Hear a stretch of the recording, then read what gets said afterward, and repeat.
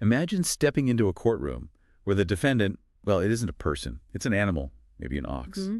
Or, get this, even a statue. And the verdict, not just a fine, but a death sentence. Seems unbelievable, doesn't it? It sounds absolutely wild. Well, today we're taking a deep dive into exactly that surprising history. Welcome to the Deep Dive. Our mission, as always, is to unearth the most important insights and surprising facts from the sources you've shared. We want to help you become truly well-informed, without all the information overload. And this particular deep dive is grounded in a really fascinating exploration. It's from Sir James George Frazer's huge work, Folklore in the Old Testament. We're focusing specifically on Part 4, Chapter 6, which he titled The Ox That Gored. Right.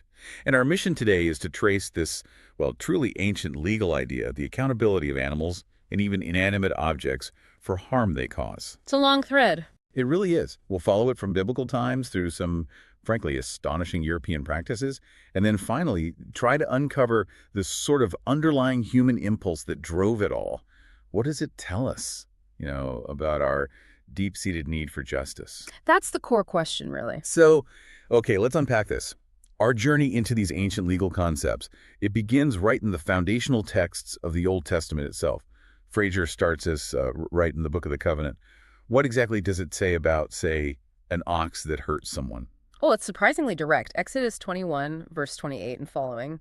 It says, if an ox gores a man or woman to death, the ox shall be surely stoned, and his flesh shall not be eaten. Stoned. Wow. And the owner? Initially, the owners quit. That means they're let off, no fault, initially. Okay, but there's a twist, isn't there? What if the owner actually knew this ox was dangerous? Exactly. And here's where it gets really interesting, legally speaking. If the ox was already known to gore, people want to push with his horn in time past, as the text puts it, and the owner was warned but hath not kept him in. So, negligence. Pure negligence.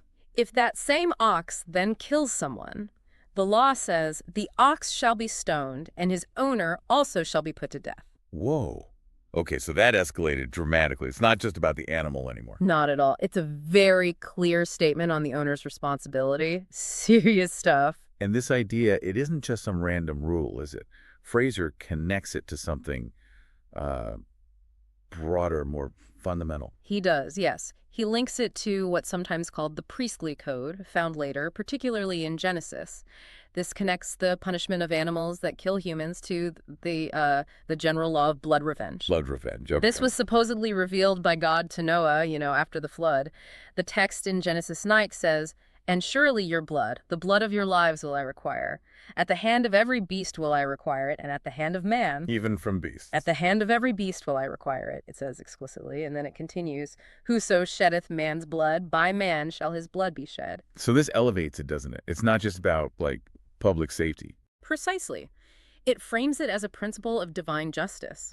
It extends beyond just human actions to the animal kingdom itself, stressing just how sacred human life was considered. Okay, so this principle, a life for a life, even if it's an animal's life, it might seem incredibly harsh to us now. Understandably so. But what's fascinating here is how this whole concept of blood revenge was actually carried out and sometimes pushed even further by different cultures around the world. Yeah. Not just animals, right? You mentioned objects, too. That's right.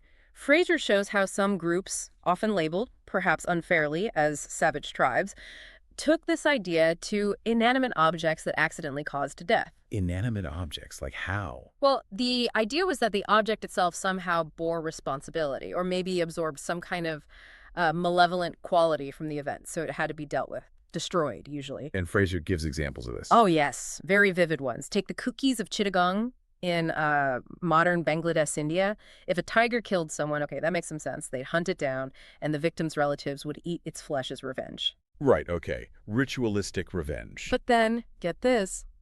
If a man died from falling out of a tree accidentally, pure accident, his relatives would go and cut it down and chop it into tiny pieces, reduce it to chips, Frazer says, which they scatter in the winds. Why? Because in their words, the tree had been the cause of the death of their brother. Yeah. They blamed the tree. Wow, okay, that's quite literal. Any others? Definitely. Look at the Ainu people of Japan. If someone fell from a tree and died or was killed by a falling tree, they'd get really angry at the tree. They'd perform a whole ceremony called Nyokyush, Rumwembe. A ceremony for a tree. Yes, because they believed a multitude of demons lived in it. So they'd cut it down, chop it up small, scatter the pieces. If it was too big, they'd mark the place as dangerous. And weapons too, I imagine. Absolutely. Among Aboriginal groups in parts of Australia, a spear or weapon that killed someone, even accidentally perhaps, would be burnt by the relatives. They thought the victim's soul stuck to the weapon point. So burning it released the soul. That seems to be the idea. And similarly, the Akikuyu and Atharaka in East Africa would take a spear or sword used in a murder, blunt it, and throw it into a deep pool. Why? They believed the weapon itself would continue to be the cause of murder. It was seen as inherently dangerous now. It's like the object becomes cursed. Exactly. The Akamba, also in East Africa, thought an arrow that killed someone kept its fateful spirit. They'd try to hide it near the murderer's village, hoping someone else would pick it up and take the curse. Passing the bad luck, essentially. Sort of, yeah. Or even with natural features. The Kachins of Upper Burma, if someone drowned in a river, the person seeking revenge would annually fill a bamboo container with water from that stream, Okay. and then hew it through as if he were dispatching a living foe year after year. Taking revenge on the water itself. It seems so. What's really striking across all these examples is this consistent belief. The object or the animal isn't just a passive instrument. It's seen as acquiring or holding on to some kind of negative force, a spirit, a malevolence, making it an active participant. So destroying it isn't just practical, it's almost like cleansing. Yeah, or maybe restoring balance, addressing a perceived moral or spiritual contamination. Okay, here's where it gets, I think, really interesting for maybe modern perspective. This isn't just about, primitive ideas or tribal customs. This whole principle of holding animals and even objects accountable, it actually found its way into the formal legal systems of some of the most, let's say, advanced ancient civilizations. And incredibly, it lasted in some forms really late into European history. Yeah. How common was this in actual legal codes? It was surprisingly common. You find it in places like the Malay Code of Malacca, or among the Torajas in central Celebes, Indonesia. Their codes explicitly stated that if a vicious buffalo or other cattle kills a person, it is put to death. Just like the Old Testament law. Very similar. And the Toraja, Frazer notes, saw animals as basically like humans, just with a different appearance. They thought the inmost nature of the animal is the same as that of a man. They even thought mocking an animal could bring bad luck. Interesting. Anywhere else? Oh yes. The Bogos in Abyssinia, modern Ethiopia, same rule. Bull, cow, whatever cattle kills a human, it's put to death. Arabs in Arabia Petraea, if an animal killed someone, the owner had to drive it away shouting, "Scabby, scabby," and could never get it back. Like it was ritually unclean? Seems like it. And if they didn't know which animal in a flock did it, the whole flock was driven away. Can you imagine? The whole flock. Wow. Ancient Persia, too. Yes, the Zendavesta. It had detailed rules for a worrying dog or one that bites without barking. Repeated offenses meant punishments for the dog itself, cutting off an ear, then another, then a foot, then its tail. Frazer actually calls this great forbearance by the lawgiver, believe it or not. Compared to instant death, maybe? But the most striking ancient example has to be Athens, right? The heart of democracy and philosophy. Absolutely. Athens is fascinating here. They had a specific court, the Prytaneum court. The Prytaneum, what did it do? It was specially set apart, Frazer says, for the trial of animals and of lifeless objects which had injured or killed human beings. A dedicated court for animals and objects. Exactly. Run by high officials, like the titular king of Attica. It was considered extremely ancient. It tried animals, obviously, but also things like implements or missiles of stone, wood, or iron. If you didn't know who threw the rock that killed someone, the rock itself could be tried. And what was the sentence for a rock? Banishment. Lifeless objects found guilty were formally banished beyond the boundaries of Attica. They banished a rock. They banished a rock. They even had an annual ritual, the axe or knife used to kill the sacred ox at a festival of Zeus. It was solemnly tried for murder every year. The axe was tried. Yep. Found guilty, condemned, and cast into the sea. It's clearly symbolic, but it shows how embedded the idea was. Even Plato. The Plato. In his ideal state, described in the laws he proposed, including procedures like this, an animal that kills someone outside of, say, public games, should be prosecuted for murder, killed, and its body cast outside the country's borders. No. And same for lifeless objects causing death, unless it was, like lightning, a missile hurled by the hand of God. They'd be tried and cast out too.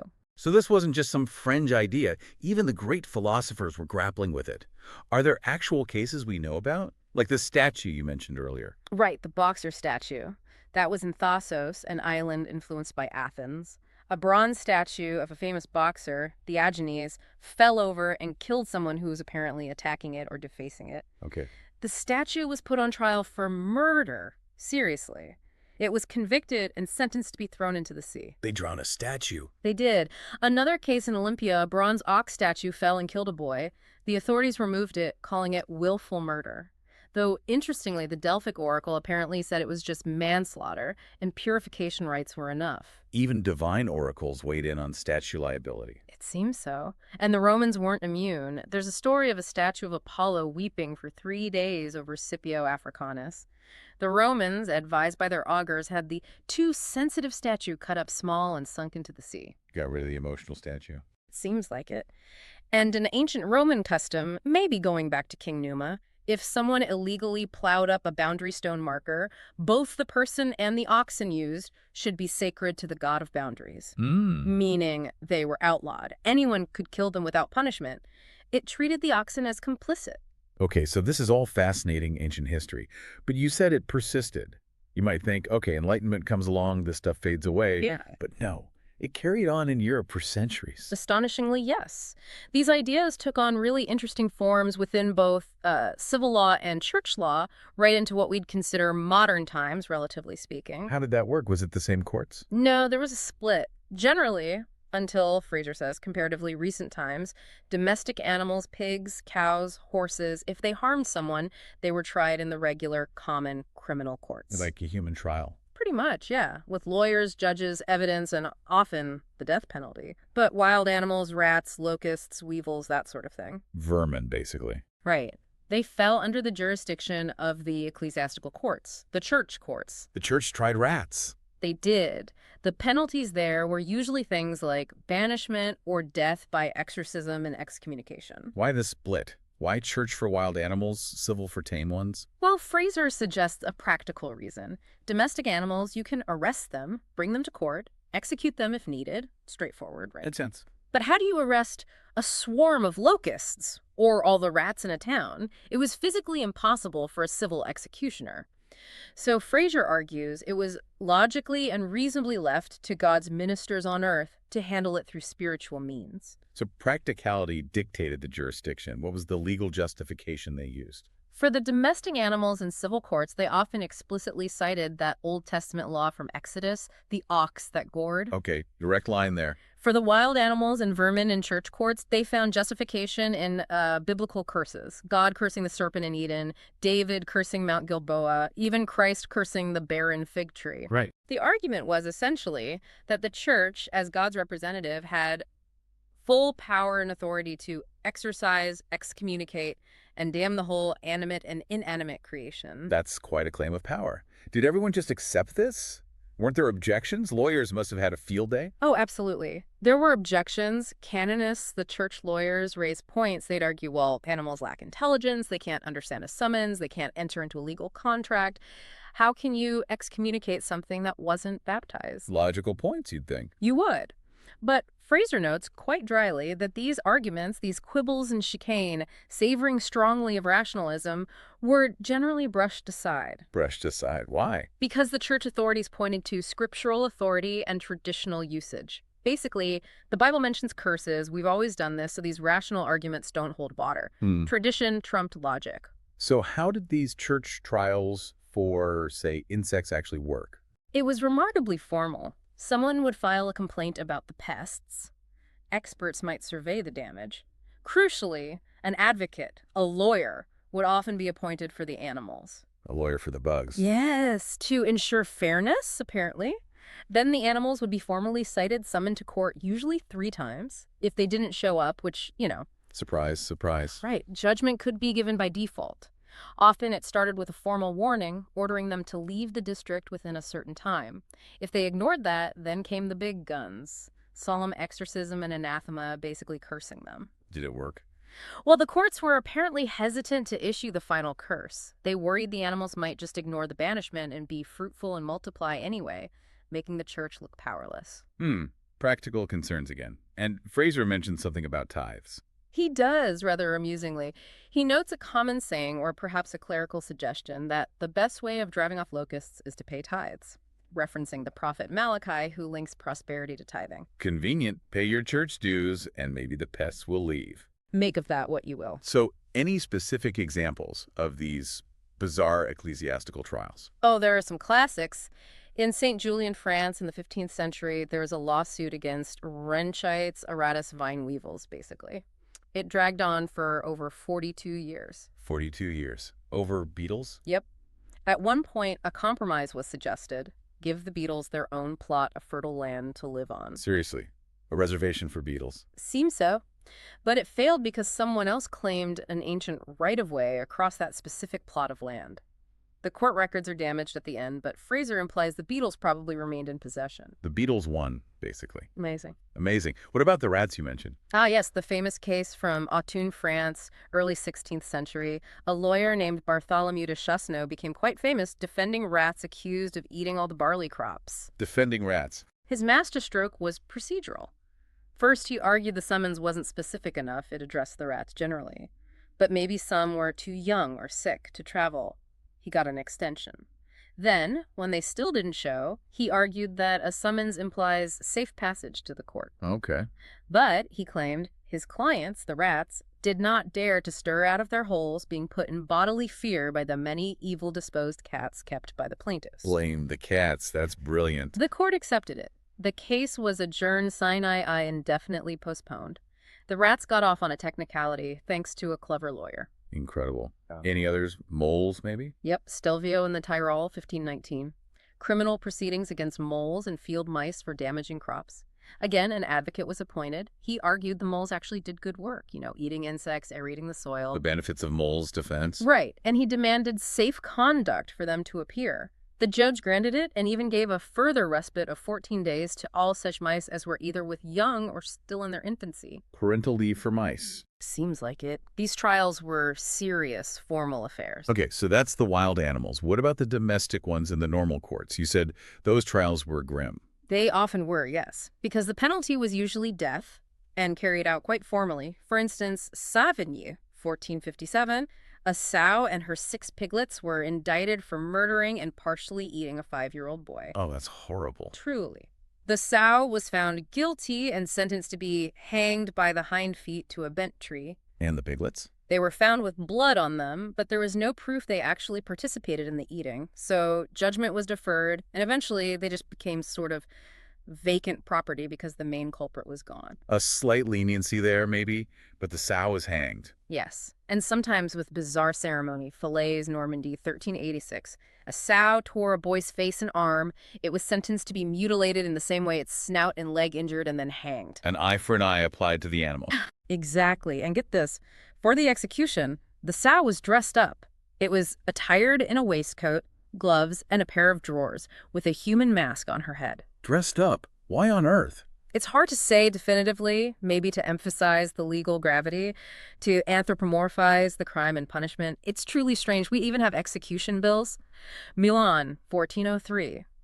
The bill for executing a sow that ate a child itemizes the cost of keeping it in jail, the executioner's fee, the cart to take it there, new cords, even new gloves for the hangman. All documented. It wasn't just pigs, though, right? You mentioned a chicken earlier. Ah, the cock that laid an egg. Bale, Switzerland, 1474. An old rooster was put on trial for the unnatural act of laying an egg. Roosters don't lay eggs. Exactly. The prosecution argued that cock's eggs were potent magical ingredients used by sorcerers to hatch basilisks or other monsters most injurious to Christians. So witchcraft. Essentially, yes. The defense lawyer argued it was an involuntary act, maybe a mistake of nature. But the court wasn't buying it. The cock was condemned to death not just as a freak, but as a sorcerer or devil who had assumed the form of the fowl. A devil rooster? Apparently. It was burned at the stake, along with the offending egg. Burned at the stake.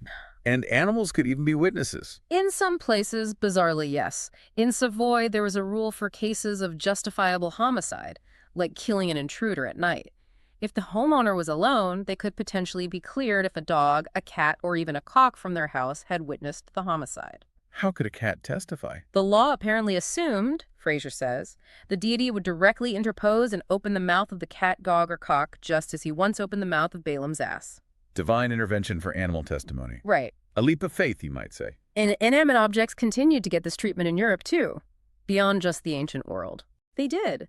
A particularly strange case comes from La Rochelle, France, in 1685, right after the Edict of Nantes, which had granted rights to Protestants, was revoked. Okay, religious tensions high. Very.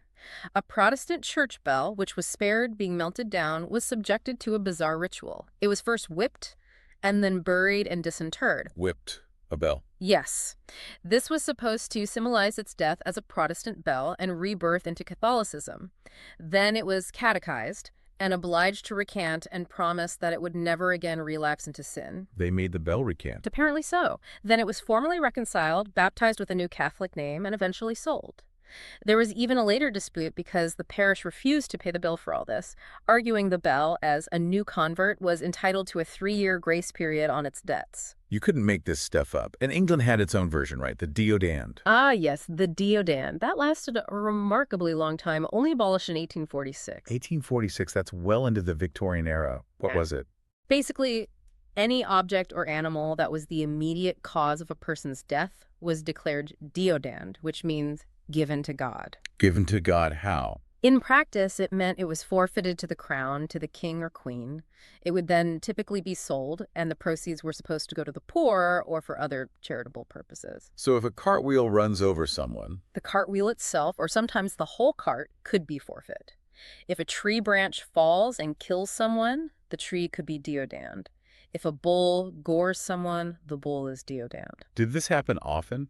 It sounds like it could ruin people financially. It could, absolutely, which is why juries often try to mitigate it. They might find that only a small, inexpensive part of the object was the direct cause, like just the wheel, not the whole valuable cart, and assign it a trifling value to minimize the forfeiture. Clever way around it. What did thinkers make of this law? Philosophers like Blackstone, the great legal commentator, and Thomas Reid debated its purpose.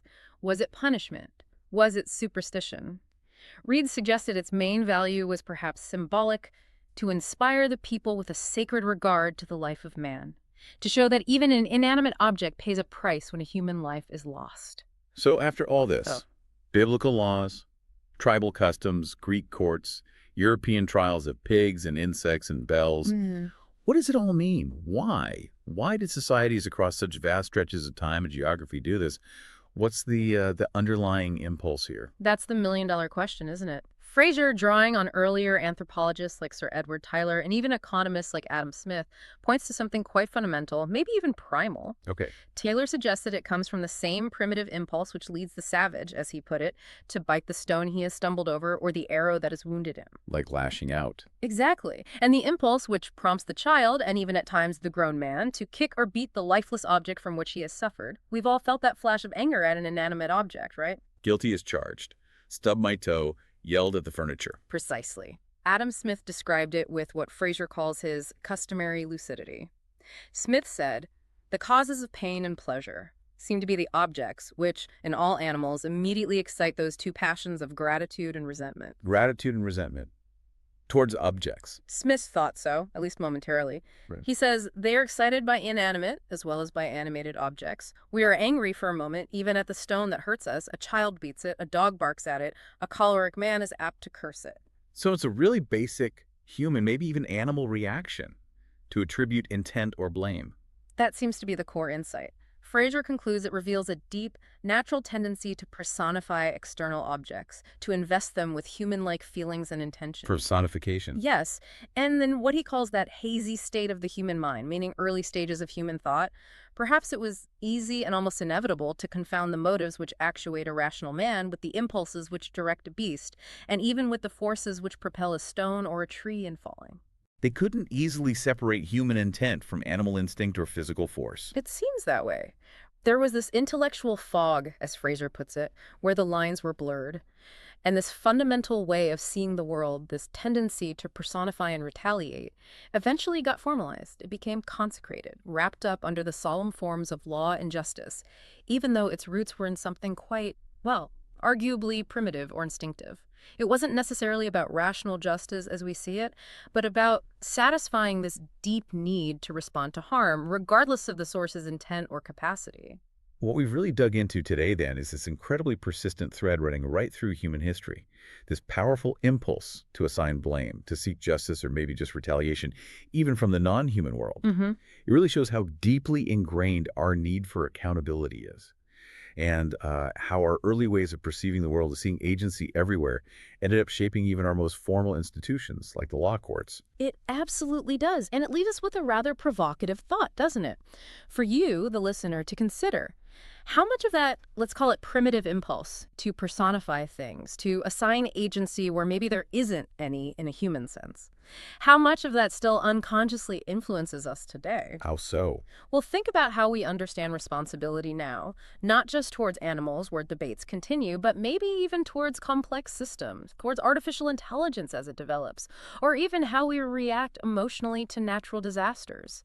Do we still, somewhere deep down, look for something or someone to blame, even when it doesn't quite fit our modern rational framework? That's a fascinating question to chew on. Does that old instinct still linger beneath the surface of our supposedly rational approach to blame and responsibility? It's worth considering. Well, we certainly hope this deep dive into Frazer's folklore in the Old Testament, specifically the ox that gored, has given you a fresh, maybe slightly unsettling perspective on the complex and often surprising history of law, justice, and just plain human nature. Until next time, keep digging deeper into the stories that shape our world.